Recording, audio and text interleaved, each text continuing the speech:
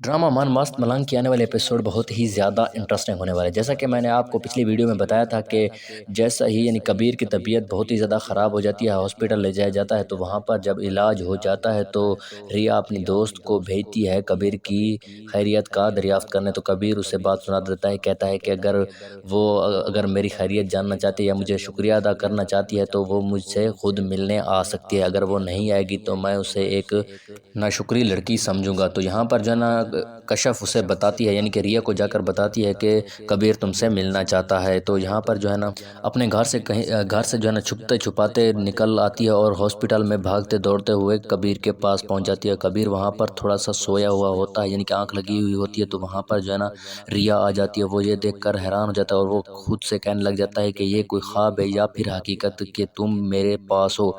यहाँ पर रिया उसे कहती है कि ये कोई ख्वाब नहीं है, ये बिल्कुल हकीकत है, मैं तुम्हारे पास हूँ। ये देखकर कबीर बहुत ज़्यादा खुश होता है। अभी यही खुशी का आलम ही होता है कि वहाँ पर रिया का भाई आ जाता है और वो रिया को हाथ से पकड़कर ज़बरदस्ती घर ले आता है।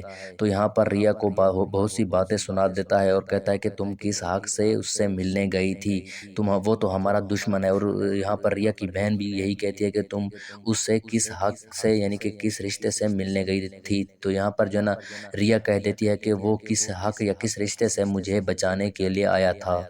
ये सुनकर रिया की बहन ये कह देती है कि किसी रिश्ते से भी नहीं। तो उसके बाद रिया का भाई कहता है कि आज के बाद मैं तुम्हें किसी कबीर के साथ ना देखूं, आज के बाद तुम्हारा कबीर के साथ मिलना मिलाना बंद। ये कहकर रिया का भाई वहां से चला जाता है। इसके बाद आप लोगों को दिखाया जाता है कि कबीर के पास पुलिस आ जाती है और वो उससे पूछने लग जाती है कि तुम्हें मारने के लिए कौन आया था। तो यहाँ पर जो है ना कबीर तो उसका चेहरा नहीं देख पाया था, लेकिन कबीर उसकी आंखें देख पाया था। इसलिए वो पुलिस से कहता है कि मैं उसका चेहरा नहीं बता सकता, लेकिन मैंने उसकी आंखें देखी है। जब से वाजिद को ये पता चलता है कि कबीर ने उस मर्डरर की आंखें देख ली थी, तो कबीर जो वाजिद जो है ना उस वक्त से अपनी आंखों पर जो है ना चश्मा पहने रखता है। तो ये देखकर कबीर को थोड़ा सा शक होने लग जाता है। तो इसलिए वो कबीर को रोक लेता है और जैसे ही कबीर को रोकता है तो कबीर की आंखें फटी की फटी रह जाती हैं।